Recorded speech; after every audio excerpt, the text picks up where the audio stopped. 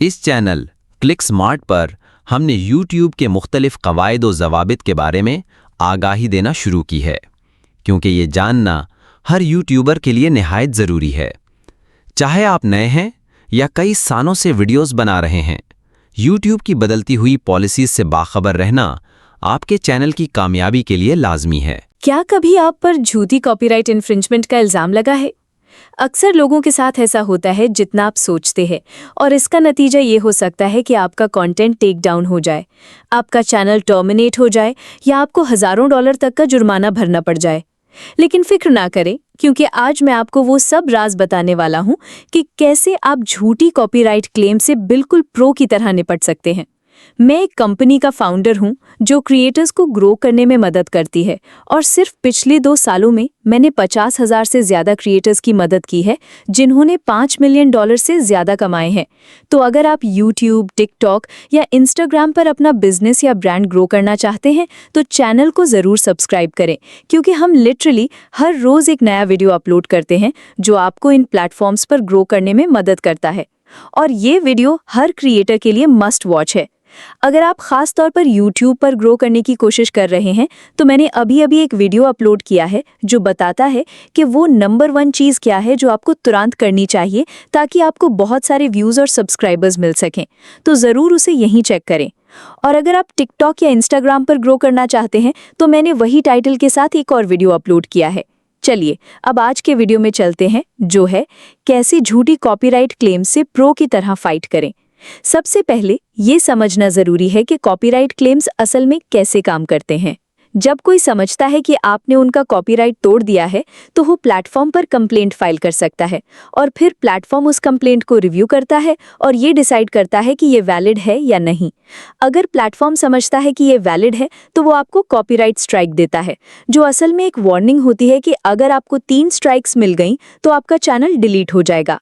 लेकिन कई दफ़ा कॉपीराइट स्ट्राइक्स गलत तरीके से भी इशू हो जाती हैं, या तो इसलिए कि जिसने क्लेम फाइल किया है वो झूठ बोल रहा होता है कि उसके पास कंटेंट के राइट्स हैं, जो कि फॉल्स DMCA टेकडाउन नोटिस कहलाता है, या फिर प्लेटफॉर्म ने बस गलती से ये स्ट्राइक दे दी होती है।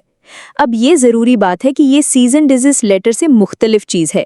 सीज़ एंड डिजिस्ट लेटर एक लीगल डॉक्यूमेंट होता है जो आपको कहता है कि आप किसी और के कॉपीराइट को तोड़ना बंद करें। ऐसे लेटर से लॉसूट भी हो सकता है और आपको हज़ारों डॉलर तक का जुर्माना भरना पड़ सकता है, तो इससे बचना ज़रूरी है। मगर कई दफ़ा ऐसे भी होता है कि आपको शायद वो कंटेंट छोड़ देना चाहिए, चाहे आप समझते हैं कि आपके पास वैलिड डिफेंस है। मिसाल के तौर पर अगर वो कंटेंट किसी मशहूर गाने या मूवी का है तो शायद बेहतर यही है कि उस क्लेम को फाइट ना करें। लेकिन अगर आपको यकीन है कि आपके पास वैलिड डिफेंस है तो फिर आप ये स्टेप्स फॉलो कर सकते हैं ताकि आपके वीडियो से कॉपीराइट क्लेम हट जाए। सबसे पहला स्टेप है कि जिस शख्स या कंपनी ने क्लेम फाइल किया है उसको आइडेंटिफाई करें। अक्सर ये आसान होता है क्योंकि ये प्लेटफॉर्म से मिलने वाली टेकडाउन नोटिस में लिखा होता है, या फिर प्लेटफॉर्म के डेटाबेस में कॉपीराइट क्लेम चेक कर सकते हैं। जब आप आइडेंटिफाई कर लें कि किसने क्लेम फाइल किया है तो फिर आपको उनसे कॉन्टैक्ट करना है और बताना है कि आपको क्यों लगता है कि ये क्लेम झूठा है। बात करते हुए तमीज़दारी लेकिन मजबूती से बात करें, और जितनी डिटेल हो सके उतनी शामिल करें कि क्यों आप समझते हैं कि क्लेम गलत है। मिसाल के तौर पर अगर आपके पास वैलिड फेयर यूज डिफेंस है तो उसको ज़रूर अपनी कम्युनिकेशन में एक्सप्लेन करें। अगर आपको समझ नहीं आ रहा कि आपके पास वैलिड डिफेंस है या नहीं तो आपको किसी कॉपीराइट लॉ एक्सपर्ट लॉयर से मशवरा लेना चाहिए। जब आपने क्लेम फाइल करने वाले से बात कर ली तो अब आपको देखना है कि वो क्या करता है। अगर वो अपना क्लेम वापस लेने पर राजी हो जाए तो आपकी कॉपीराइट स्ट्राइक हट सकती है, लेकिन अगर वो मना कर दे तो फिर आपको आगे एक्शन लेना पड़ेगा।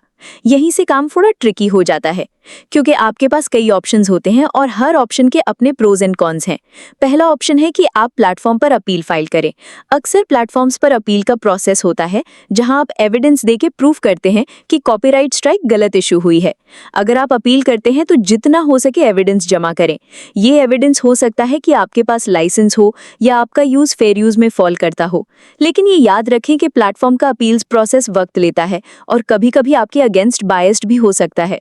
अक्सर प्लेटफॉर्म्स पर इल्जाम लगाता है कि वो क्लेम फाइल करने वाले का साइड ऑटोमेटिकली लेते हैं, चाहे उनके पास असल में कॉपीराइट हो या ना हो। तो अपील से पहले जितना हो सके एविडेंस जमा कर लें। आपका दूसरा ऑप्शन है कि आप काउंटर नोटिफिकेशन फाइल करें। काउंटर नोटिफिकेशन असल में एक लीगल डॉक्यूमेंट होता है जो आप प्लेटफॉर्म को देते हैं, जिसमें आप बताते हैं कि आप समझते हैं कि क्लेम बदनीयत में किया गया है या आपके पास लाइसेंस है। काउंटर नोटिफिकेशन किसी कोर्ट में फाइल करना जरूरी नहीं और ये पब्लिक डॉक्यूमेंट्स भी नहीं होते, लेकिन अगर आप काउंटर नोटिफिकेशन फाइल करते हैं तो तैयार रहें कि आपको अपना डिफेंस कोर्ट में भी करना पड़ सकता है, क्योंकि क्लेमेंट आप पर झूठी काउंटर नोटिफिकेशन का इल्जाम लगा के केस कर सकता है। अगर आप कोर्ट में डिफेंड नहीं कर सकते तो फिर काउंटर नोटिफिकेशन फाइल करने से पहले सोच समझ कर करें। जब आप काउंटर नोटिफिकेशन फाइल कर देते हैं तो प्लेटफॉर्म आमतौर पर कॉपीराइट क्लेम हटा देता है और ओरिजिनल क्लेमेंट को नोटिफाई करता है। फिर क्लेमेंट डिसाइड करता है कि वो आप पर कॉपीराइट इन्फ्रिंजमेंट का केस करेगा या नहीं। अगर वो केस नहीं करता तो आपका वीडियो वापस रह जाता है। आपका तीसरा ऑप्शन है कि आप कॉपीराइट क्लेम एक्सपायर होने का वेट करें। अक्सर कॉपीराइट क्लेम्स 90 दिन बाद एक्सपायर हो जाते हैं, तो अगर आप इतना वेट कर सकते हैं तो फिर बस आपको कुछ नहीं करना। लेकिन अगर आपको वीडियो जल्दी चाहिए तो ये ऑप्शन बेहतर नहीं है। और आखिरी ऑप्शन है कि आप बस क्लेम को इग्नोर कर दें। ये बेहतर ऑप्शन नहीं है, लेकिन अगर आप रिस्क लेना चाहते हैं तो फिर बस कुछ ना करें और उम्मीद करें कि क्लेमेंट आपके खिलाफ कोई एक्शन नहीं लेगा। जैसे कि आप देख सकते हैं कि झूठी कॉपीराइट क्लेम्स डील करना एक कॉम्प्लिकेटेड और वक्त लेने वाला प्रोसेस है, लेकिन अगर आप इस वीडियो में बताए गए स्टेप्स को फॉलो करते हैं तो आप इस सिचुएशन से प्रो की तरह निपट सकते हैं और उम्मीद है कि क्लेम भी हटवा सकते हैं। सिर्फ ये याद रखें कि पूरा प्रोसेस में काम और पोलाइट रहें और जितना हो सके एविडेंस जमा करते रहें। मुझे उम्मीद है कि आपको ये वीडियो पसंद आई होगी और आपने सीखा होगा कि कैसे झूठी कॉपीराइट क्लेम से निपटा जाए। अगर आप और सीखना चाहते हैं कि यूट्यूब, टिकटॉक या इंस्टाग्राम पर कैसे ग्रो किया जाए तो हमारे दूसरे रिसोर्सेज भी जरूर चेक करें और हमें बताएं कि सोशल मीडिया ग्रो करने में आपको किस तरह के चैलेंजेस का सामना करना पड़ रहा है। हमें आपकी राय का इंतजार रहेगा।